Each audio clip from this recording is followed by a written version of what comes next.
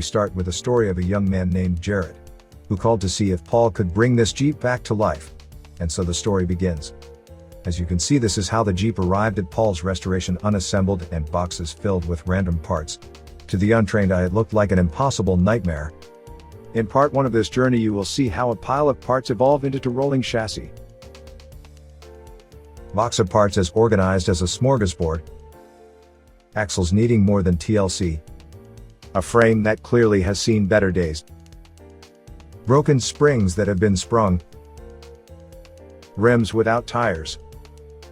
A battery box. Too rusted to hold a battery. Front frame rails that have seen better days. As you can see, the project Paul is about to undertake would require every trick in his magic bag of restoration. The task at hand was to inventory every piece on the trailer, and then start with the first part of the restoration. What would it take to complete a rolling chassis? The first thing was to determine what had to be replaced on the frame. Paul started with the front frame rails. As you will see, both sides needed to be replaced. Paul started by cutting off the bad ones on each side, then welding in the new ones. Next would be welding in the new mounts for the tub. Both sides needed to be replaced. Shock mounts are critical to the suspension, and as you can see, both sides in the front were replaced. The rear of the frame also required work. The rear mount for the bumper, let's say, needed some TLC. The braking system had to be totally rebuilt. This included new wheel cylinder, master cylinder, brake shoes, new drums, and all the other various parts that complete the brake system.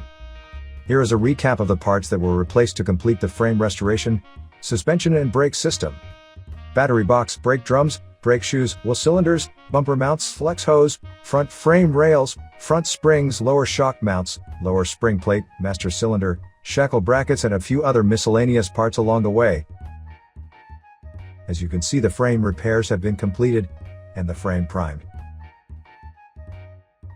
Now, after hours of hard work, the frame has been painted and is ready to be reassembled. It may look simple, but be rest assured that careful planning and execution is what got the frame to this point.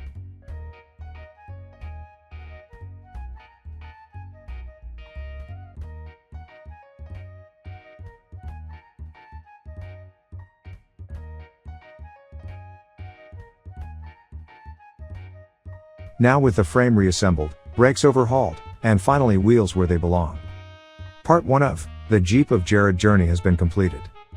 We will continue to update you on the progress of this restoration. Part 2 of the installment will chronicle the repair and installation of the transmission, engine, and exhaust.